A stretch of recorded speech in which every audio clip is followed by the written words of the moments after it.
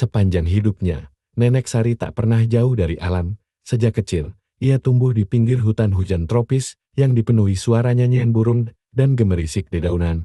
Kini usianya sudah menginjak 70 tahun, namun semangatnya tetap menyala bak apa dalam pelita.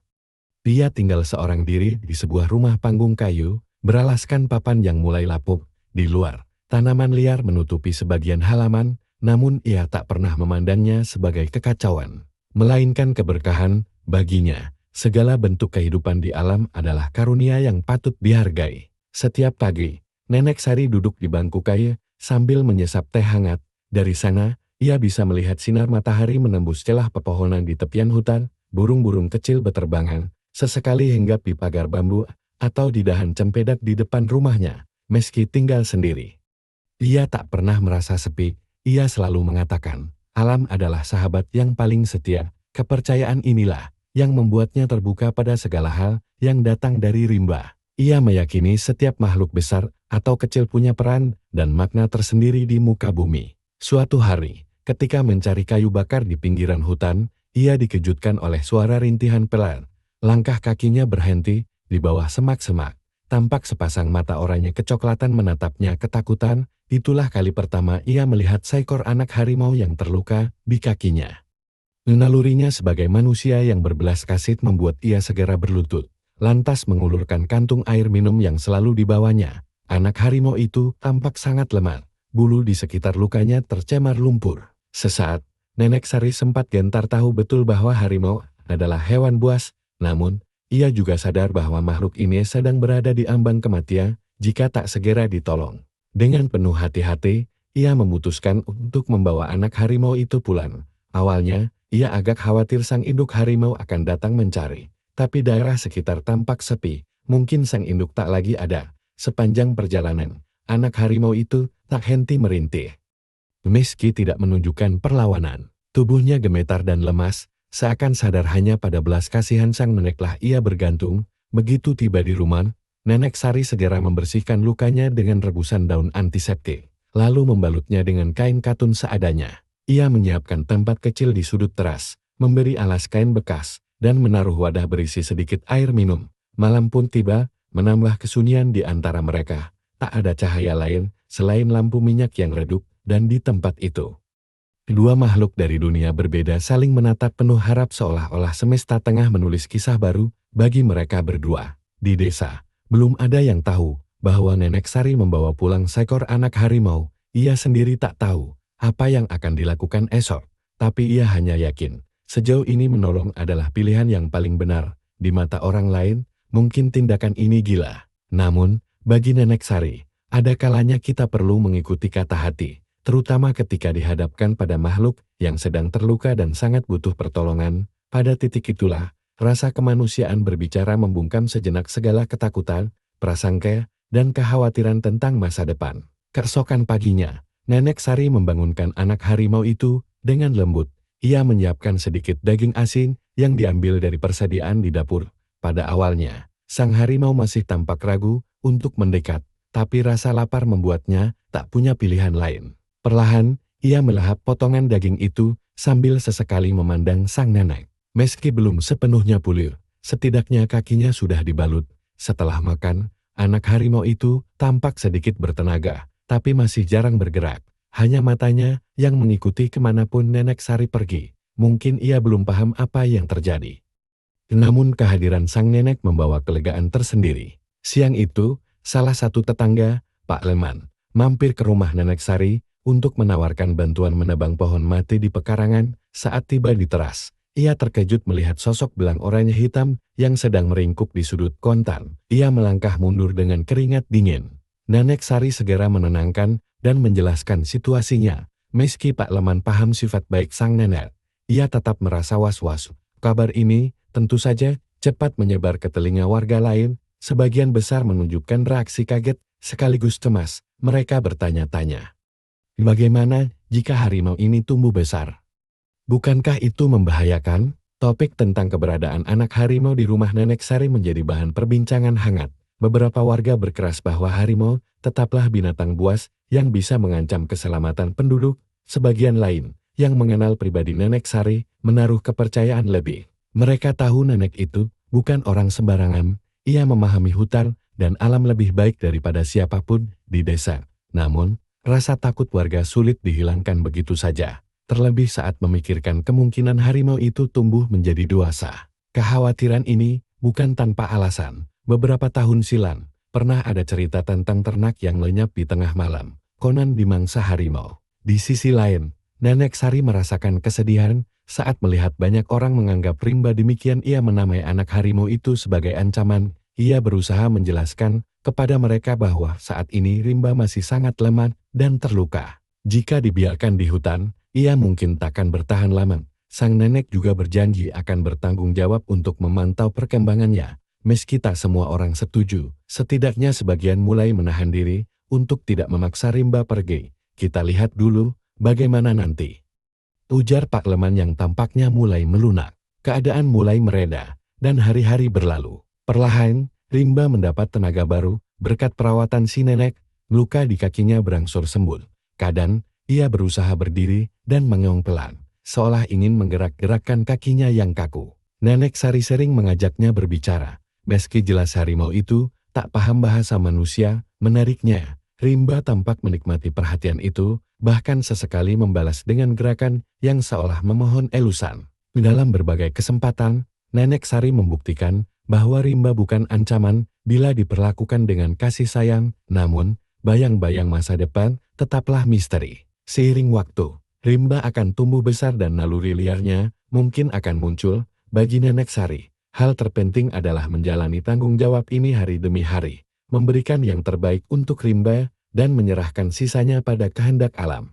Seiring dengan pemulihan rimba, hubungan antara sang harimau dan Nenek Sari pun makin erat. Setiap kali Nenek Sari keluar rumah, rimba berusaha mengikutinya dengan langkah-langkah yang masih terseok.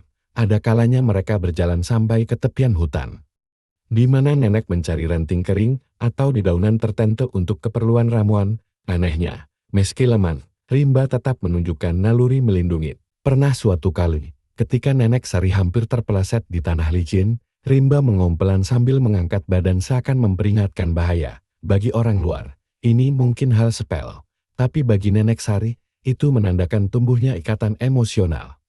Ia merasa rimba tak sekadar binatang liar yang dirawat, melainkan seperti anggota keluarga yang baru. Sementara itu, warga desa perlahan menyadari bahwa Nenek Sari tidak main-main dalam merawat rimba, bahkan beberapa anak desa mulai penasaran dan datang diam-diam untuk mengintip. Melalui celah pagar, mereka melihat rimba tengah berbaring di teras, menatap mereka dengan tatapan polos.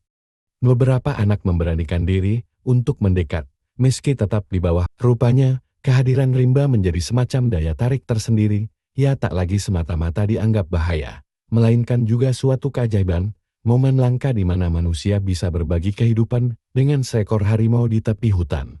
Namun, tak semuanya berjalan mulus. Seorang pemuda bernama Rusdi, yang ternaknya pernah hilang di hutan, masih menyimpan ketidakpercayaan. Ia menuduh bahwa lambat laun, rimba akan menunjukkan sifat buasnya. Suatu sore, ia mendatangi Nenek Sari dan dengan nada keras menuntut agar harimau itu dikembalikan ke alam liar. Baginya, itu sudah menjadi kodratnya. Nenek Sari menanggapi dengan tenang. Ia memahami kekhawatiran Rusdi, tapi ia menolak melepaskan rimba sebelum benar-benar yakin harimau itu bisa bertahan sendiri. Bagaimana jika rimba justru mati kelaparan atau menjadi korban pemburu liar? Meskipun nada bicara Rusdi keras, tutur kata lembut Nenek Sari lambat laun meluluhkan sebagian amarahnya. Ia pun beranjak pergi, menahan diri untuk tidak memaksa. Namun, jelas terlihat bahwa benih keraguan masih bersarang di benaknya. Suatu hari, terjadilah peristiwa genting yang mengubah perspektif banyak orang. Seorang bocah terperosok ke dalam sumur tua di pinggiran desa. Sumur itu dalam dan licin, sehingga upaya penyelamatan berulang kali gagal. Tali tamban yang disiapkan warga selalu terlepas dan sulit mencapai dasar.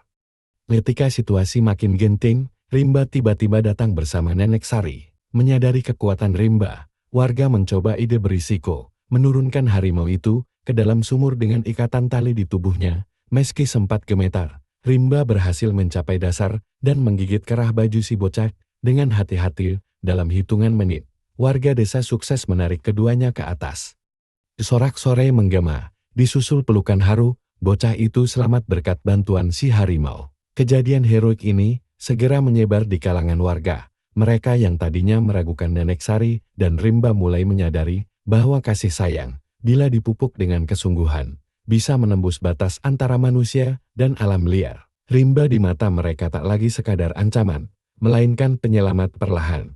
Kabut kecurigaan pun sirna, berganti kagum dan terima kasih. Nenek Sari, yang pada dasarnya hanya ingin menolong, merasa bersyukur karena keputusan impulsifnya ketika menemukan Rimba ternyata membuahkan hasil yang begitu bermakna. Sejak saat itu, nama Rimba menjadi cerita di setiap sudut desa. Anak-anak semakin berani mendekat, dengan catatan selalu didampingi orang dewasa. Warga lain pun mulai menawarkan bantuan kepada Nenek Sari, seperti menyediakan makanan tambahan untuk sang harimau. Beberapa bahkan rela belajar cara merawat luka hewan, agar bisa membantu jika suatu hari Rimba kembali terluka. Sikap gotong royong yang semula didasari rasa takut, kini bergeser menjadi empati, seolah mereka semua kini memiliki tanggung jawab bersama untuk menjaga Rimba, sekaligus menghormati keputusan Nenek Sari. Namun, tak ada yang abadi di dunia ini. Waktu berjalan, dan Rimba kian bertambah besar, bulunya makin tebal, taringnya kian tajam, serta auman yang dahulu pelan kini berubah menjadi gemuruh menggetarkan. Meski tetap bersikap jinak di dekat sang nenek, warga mulai menyadari bahwa Rimba memang bukan lagi harimau kecil.